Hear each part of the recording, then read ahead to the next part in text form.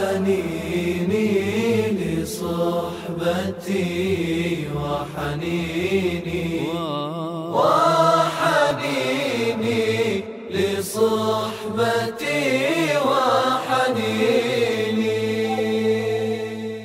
Sahabat Quran, para pemirsa IKTV dan Madani TV dimanapun berada, dalam sesi yang kedua ini yang perlu kita lakukan di dalam menanamkan cinta Al-Quran pada anak usia menjelang dewasa.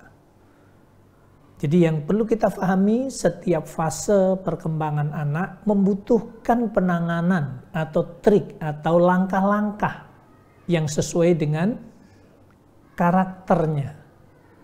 Karakteristiknya seperti apa, yang ini yang harus kita pahami terhadap anak-anak kita. Kemudian anak usia mendekati dewasa pasti berbeda penanganannya dengan anak usia dini. Yang perlu diperhatikan bahwa pendidikan adalah satu mata rantai yang tidak bisa dipisahkan. Jadi setiap fase terkait dengan fase yang lain dan tidak bisa dipisahkan sedikit pun karena saling mengisi dan melengkapi. Jadi ini yang harus kita pahami. Langkah-langkah inilah yang harus kita ngerti betul bahwa proses pendidikan adalah proses yang berkesinambungan, proses yang harus kita lakukan terus-menerus, istimroriyah, kontinu, karena fasenya juga akan berbeda. Dengan pengalaman yang pernah kita lakukan ketika ngajar TPA, intonasinya itu beda. Ketika ngajar remaja, itu pun juga sudah berubah. Apalagi dengan orang tua. Bahkan buku panduannya sama, isinya sama, tapi covernya harus berbeda.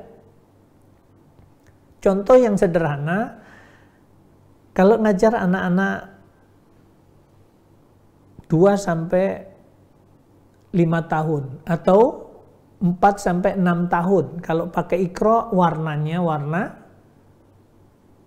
ada merah, hijau, biru, kuning.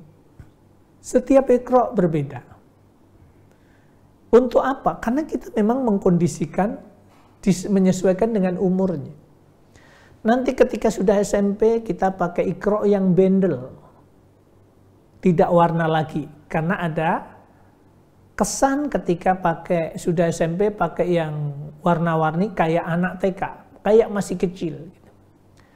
Nanti ketika untuk orang dewasa juga ada ikhtisar.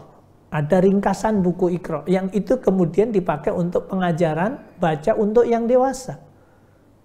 Cara ngajarnya pun juga berbeda. Ketika masih anak-anak, katakanlah usia 4-6 tahun kita ngajarkan dengan A'udzu billahi minasyaitonir rajim. Bismillahirrahmanirrahim. Nanti ketika kita mengajarkan anak yang remaja sudah beda lagi. Apalagi dengan yang tua. Kita mengajarinya, intonasinya berbeda. A'udzu billahi minasyaitonir rajim. Sudah tidak kayak anak-anak lagi. Tapi substansinya yang kita ajarkan tidak ada berbeda. Jadi pada fase menjelang dewasa ini, mulailah kita sebagai orang tua membiasakan dialog. Jadi kalau dengan anak yang sudah SMP, SMA gitu ya, kita membangun dialog yang konstruktif. Dialog yang sifatnya membangun. Ya, Dialog dengan anak-anak mengenai kegiatan yang akan dilakukan atau kegiatan yang sudah dilakukan.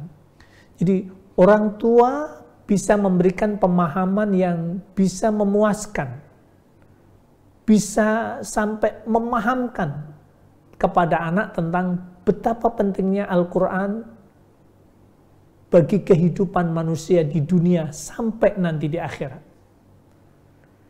Jadi kalau bahasa akademisnya, urgensi tilawah tadabbur Al-Quran fid dunya wa fil akhirah.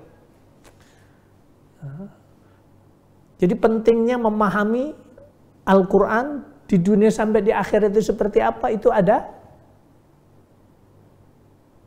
pemahaman yang mendalam, mendasar terhadap anak-anak kita. Kelebihan-kelebihan apa saja yang dimiliki oleh penghafal Quran dibandingkan dengan yang tidak hafal Al-Quran, harus disampaikan dengan cara yang tepat, yang santun, dengan bahasa yang mudah, yang difahami oleh anak-anak kita. Apa bedanya orang yang bacaan Al-Qur'annya bagus dan yang tidak bagus? Apa perbedaan orang yang hafal Quran dengan yang tidak hafal Quran? Seberapa jauh itu manfaatnya terhadap kehidupan? Ketika fadail, ketika tentang keutamaan-keutamaan itu difahami oleh anak-anak kita, maka disitulah akan terpacu dan terpicu untuk mendekat, menjadikan Al-Quran itu menjadi kebanggaan dalam kehidupannya. Kita sebutkan hadis-hadis yang memotivasi anak untuk membaca Al-Quran, mempelajari Al-Quran. Khairukum man ta'allama Al-Qur'ana wa 'allamahu. Sejauh mana tingkat keutamaannya itu kita fahamkan dengan bahasa yang sederhana yang bisa ditangkap oleh mereka. Kemudian pasanglah kaligrafi ayat-ayat yang memotivasi anak untuk menghafal Al-Quran. Kita tempel di tempat-tempat yang mudah dibaca oleh anak kita, oleh generasi kita. Misalnya kaligrafi surat Al-Isra ayat 45 sampai ayat 46. Ketika ini kita pasang di dinding, kemudian dibaca oleh anak kita. Wa idza qara'tal Qur'ana ja'alna bainaka wa bainal ladzina la yu'minun wa bainal ladzina la yu'minuna bil akhirati hijaban mastura. Dan apabila kamu membaca Al-Quran, niscaya kami akan jadikan di antara kamu dan orang-orang yang tidak beriman kepada kehidupan akhirat suatu dinding penghalang yang tertutup. Waja'alna ala qulubihim akinnatan ayyafqahuhu wa fi adhanihim waqara. Dan kami jadikan penutup di dalam hati mereka dan sumbatan di telinga mereka agar mereka tidak dapat memahami Al-Quran itu. Dan jika kamu menyebut Tuhanmu saja dalam Al-Quran, niscaya mereka berpaling ke belakang karena bencinya. Jadi sahabat Quran yang dirahmati oleh Allah Subhanahu wa Ta'ala, ayat tadi menegaskan kepada kita, menjelaskan kepada kita bahwa orang yang membaca Al-Quran, mengimani Al-Quran, membaca Al-Quran dengan yang tidak, itu akan terjadi hijabam mastur. Ada tembok yang membatasi antara dirinya dan yang lain, antara dirinya dan kebenaran. Contoh hadis Nabi Sallallahu Alaihi Wasallam, Abu Hurairah meriwayatkan dari Nabi Muhammad Sallallahu Alaihi Wasallam, kelak pada hari kiamat, Al-Quran akan datang dan berkata, wahai Tuhanku, hiasilah dia. Berikanlah mahkota kemuliaan. Berikanlah tajul karamah kepada orang itu ya Allah. Kemudian Al-Quran berkata lagi, wahai Tuhanku, ya Rabb, ketika orang itu sudah diberikan mahkota, pakaian kebesaran, Al-Quran masih berkata, ya Allah, tambahkanlah ya Allah. Artinya, tambahkan, berikan pakaian yang lebih bagus lagi. Pakaikan pakaian mahkota kemuliaan yang lebih bagus lagi. Maka diberikanlah mahkota kemuliaan itu. Al-Quran berkata kembali, ya Rabb, ya Allah ya Rabb, wahai Tuhanku, ridhoilah ia. Jadi Al-Quran memohon kepada Allah, selain orang yang berinteraksi dengan Al-Quran yang baik itu, diberikan mahkota dan kemudian sudah diberikan pakaian kebesaran. Al-Quran masih meminta lagi, Allah berikan pakaian kebesaran yang lebih bagus lagi. Akhirnya diberikan oleh Allah juga. Sudah itu, ya Allah ridhoilah hambamu ini ya Allah. Maka Allah subhanahu wa ta'ala meridhoinya, memberikan ridhonya.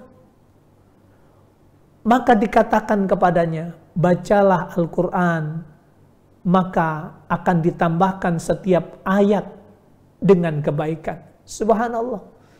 Ini hadis Rasulullah ini, ketika kita sampaikan dengan bahasa-bahasa yang disesuaikan dengan kondisi, dengan anak, sesuai dengan kondisi remaja, kondisi orang tua, subhanallah. Ini akan menjadi bagian penyemangat, bagian motivasi, agar kita itu benar dengan Al-Quran itu dekat. Kenapa? Karena benar-benar di hari akhir nanti, digambarkan dalam hadis ini, Allah akan muliakan orang itu karena sebab kedekatannya, interaksinya dengan Al-Quran. Ini menunjukkan bahwa memahamkan kepada fadailul Quran, memahamkan tentang keutamaan-keutamaan Al-Quran, itu adalah cara yang tepat di dalam menanamkan agar generasi kita cinta terhadap Al-Quranul Karim. Jadi anak-anak harus mengetahui, menyadari bahwa Al-Quran adalah sumber petunjuk dalam hidup dan kehidupan. Panduan hidup dalam hidup dan kehidupan kita. Mana yang hak, mana yang batil. Mana yang kidab, mana yang sidik. Dan itu adalah menjadi sumber kemuliaan. Membaca dengan benar akan menghadirkan banyak hal. Memahami isinya dengan benar akan memandu, akan meluruskan pola pikirnya. Allah Subhanahu wa ta'ala menciptakan jagat raya, telah menjelaskan pada kita bahwa sesungguhnya tujuan diturunkannya Al-Quran tidak lain hanyalah sebagai hidayah, sebagai petunjuk, sebagai pemandu, yang ini menunjukkan bahwa bukti Allah memberikan kasih sayangnya terhadap makhluknya dengan memberikan panduan hidup dan kehidupan. Terutama tentu saja orang-orang yang beriman dan ittiba, mengikuti Al-Quran. Al-Quran menjadi imamnya. Al-Quran menjadi panduan hidup dan kehidupannya. Al-Quran menjadi hidayah dalam perjalanan hidup dan kehidupannya. Jadi, ajarkan kepada anak-anak kisah tentang keteladanan dalam Al-Quran. Banyak sekali nasihat-nasihat yang dapat diambil dari kisah-kisah Al-Quran, sehingga bisa menuntun kita terjauh dan tidak akan terjerumus terhadap kesalahan-kesalahan dan dosa-dosa. Kenapa? Karena dijelaskan laqad kana fi qasasihim ibratul liulil albab. Ma kana haditsan yuftara walakin tasdiqal ladzi baina yadihi wa tafsila kulli syai'in wa hudaw wa rahmatan liqaumi yu'minun. Jadi sesungguhnya pada kisah-kisah mereka itu terdapat pelajaran bagi orang-orang yang mempunyai akal. Jadi ulul albab Fa'tabiru ya ulil albab. Ulul albab adalah orang-orang yang mempunyai akal sehat, punya nalar yang baik, dan pemahaman yang cemerlang. Ayat di atas menjelaskan bahwa hikmah yang bisa dipetik dari kisah Nabi Yusuf dengan saudara-saudaranya. Jadi para pemirsa IKI TV dan Madani TV dimanapun berada, sahabat Quran semuanya, jadi ikhtiar yang harus kita lakukan, upaya yang harus kita lakukan adalah kedepankan, memahamkan tentang fadail, tentang keutamaan-keutamaan bagaimana berinteraksi dengan Al-Quran. Mau mempelajarinya, mau membacanya, mau menghafalkannya, mau mengamalkannya, apa yang didapat dengan bahasa ukuran generasi kita. Sehingga dengan pemahaman, dengan pendekatan bahasa yang tepat, maka disitulah akan tertanam cinta anak-anak kita, generasi kita terhadap Al-Quranul Karim. Sahabat Quran yang dimuliakan oleh Allah Subhanahu wa Ta'ala, berikutnya kita ikuti yang satu ini.